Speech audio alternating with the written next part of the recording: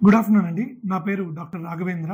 నేను జెమ్‌కేర్ కమ్యూనిటీ హాస్పిటల్‌లో consultant interventional కార్డియాలజిస్ట్‌గా work చేస్తున్నాను. ఈరోజు మనం డిస్కస్ చేసే టాపిక్ యాంజియోప్లాస్టీ అంటే స్టంటింగ్ బెటరా? లేదంటే బైపాస్ సర్జరీ సీఏబీజీ బెటరా? సో చాలామందికి యాంజియోగ్రామ్ తర్వాత ఈ అనుమానాలైతే ఉంటాయి. లైక్ ఇంతకుముందు యాంజియోగ్రామ్ జరిగింది. మా ఓపీలో కూడా చాలామంది పేషెంట్స్ వస్తూ ఉంటారు యాంజియోగ్రామ్ సీడీస్ తీసుకొని. సార్ బైపాస్ సర్జరీ చెప్పారు, సజెస్ట్ చేశారు. స్టెంట్స్ వేయలేమా? లేదంటే స్టెంట్స్ చెప్పారు కరెక్టా కాదా? అనే సెకండ్ ఒపీనియన్ కోసం వస్తూ ఉంటారు. సో ఇది మనం తెలుసుకోవాల్సిన టాపిక్. ఎవరికి యాంజియోప్లాస్టీ బెటర్, ఎవరికి bypass surgery better. So basically మనం పేషెంట్ కండిషన్ని దాంతో పాటు యాంజియోగ్రామ్ని అసెస్ చేసుకున్నాకనే ఒపీనియన్ ఇవ్వగలుగుతాము. Patient conditions, patient factors like elderly, మరీ వయసు ఎక్కువగా ఉందనుకోండి, ఫర్ ఎగ్జాంపుల్ 80 ఇయర్స్ పైబడిన వాళ్ళకి, లేదంటే 70 ఇయర్స్ పైబడ్డ ఫిజికల్‌గా ఫిట్‌గా లేని వాళ్ళకి, లేదంటే హార్ట్ ఫంక్షన్ చాలా వీక్‌గా ఉన్న వాళ్ళకి, ఇటువంటి పరిస్థితుల్లో లేదంటే షుగర్ ఉన్న ఇటువంటి పరిస్థితుల్లో పేషెంట్ ఓపెన్ హార్ట్ సర్జరీకి ఫిట్‌గా ఉండకపోవచ్చు. సో అటువంటి వారికి మనం డెఫినిట్‌గా యాంజియోప్లాస్టీ ద్వారా ట్రీట్మెంట్ చేయగలిగిన అవకాశం ఉంటే యాంజియోప్లాస్టీనికే వెళ్ళడానికి బెటర్ అండి. బట్ కొన్ని సిట్యుయేషన్స్‌లో లైక్ రక్తనాళం మల్టిపుల్ ప్లేసెస్‌లో డ్యామేజ్ జరిగింది. లేదంటే క్రానిక్ టోటల్ అక్లూజన్ అంటాం. అంటే ఒక రక్తనాళం కొవ్వు పూడికల వల్ల మూసుకుపోయి కూడా చాలా రోజుల నుంచి మూసుకుపోయి ఉంటుంది. బట్ వేరే రక్తనాళాల సపోర్ట్‌తో అది నడుస్తూ ఉంటుంది. రక్త సరఫరా కొద్ది వరకు మెయింటైన్ అవుతూ ఉంటుంది. ఇలాంటి సిట్యుయేషన్స్‌లో కొన్నిసార్లు యాంజియోప్లాస్టీ సక్సెస్ సరిగ్గా కాకపోతే వాళ్ళకి ఖచ్చితంగా బైపాస్ సర్జరీనే బెటర్. అలాగే కాల్షియంతో చేరుకున్న కొవ్వు పూడికలు ఉంటాయి. లైక్ కొలెస్ట్రాల్ బ్లాక్స్ ఉంటాయి. అటువంటి వాటిలో కూడా కొన్ని సందర్భాల్లో యాంజియోప్లాస్టీ అనేది సక్సెస్ కాకపోవచ్చు. ఇప్పుడున్న కొత్త టెక్నాలజీల్లో 2 కూడా అవకాశాలు మళ్ళీ పెరిగాయి. ఫర్ ఎగ్జాంపుల్ ఇప్పుడు మనం ఇందాక అనుకున్నాం కాల్షియం ఎక్కువగా ఉంటే స్టెంట్ సక్సెస్ కాదని. కానీ ఇప్పుడున్న లేటెస్ట్ పరికరాలు మన దగ్గర ఐవీఎల్ బెలూన్ అని, cutting balloon, scoring balloon, rotablation, orbital atherectomy ఇటువంటి పరికరాల ద్వారా ఈ రక్తనాళాల్లో పేరుకున్న కొవ్వును మనము కొవ్వుతో పాటు ఉన్న కాల్షియంని తీసేసి స్టెంట్స్ ప్రాపర్‌గా అమర్చే విధానం ఇప్పుడు మనకు అందుబాటులో ఉన్నాయి.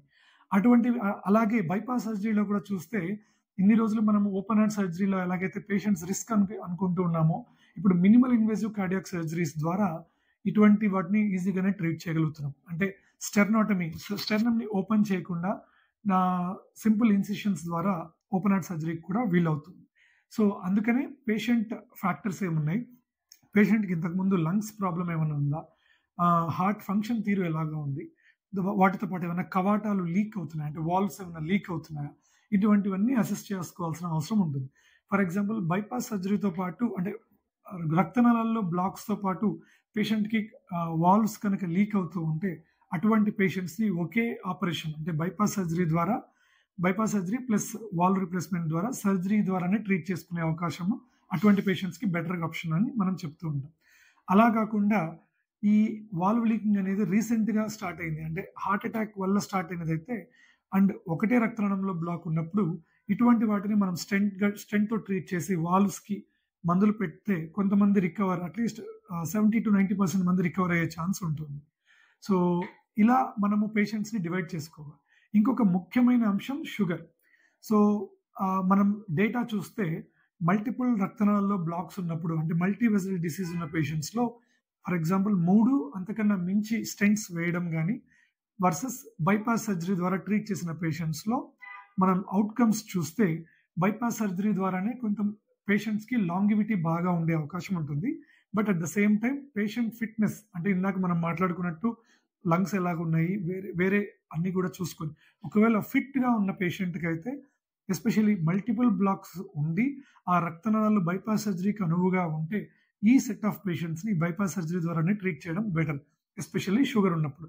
అలాగే లెఫ్ట్ మెయిన్ కోరనరీ ఆర్టరీ అంటాం. అంటే ఏదైతే హార్ట్ నుంచి మనకు హార్ట్‌కి సప్లై చేసే మెయిన్ ఆర్టరీ ఏదైతే ఉంటుందో ఆ లెఫ్ట్ మెయిన్ కోరనరీ ఆర్టరీతో పాటు మిగిలిన రక్తనాళాల్లో కూడా బ్లాక్స్ ఉన్నప్పుడు డెఫినిట్‌గా బైపాస్ సర్జరీ ద్వారానే ట్రీట్ చేయడం బెటర్. అలా కాకుండా లెఫ్ట్ మెయిన్ ఆర్టరీలో మాత్రమే అన్ని చోట్ల ఒక్క చోట మాత్రమే బ్లాక్స్ ఉన్నప్పుడు రక్తనాళాన్ని మనం పైప్‌గా ఊహించుకుంటే పైప్‌లో ఒక్క చోట మాత్రమే కొలెస్ట్రాల్ చేరుకొని అక్కడ మాత్రమే బ్లాక్ ఉన్న అటువంటి పరిస్థితుల్లో అలా 2, 3 చోట్ల ఉన్న స్టెంట్స్ ద్వారానే ట్రీట్మెంట్ చేయగలుగుతాం.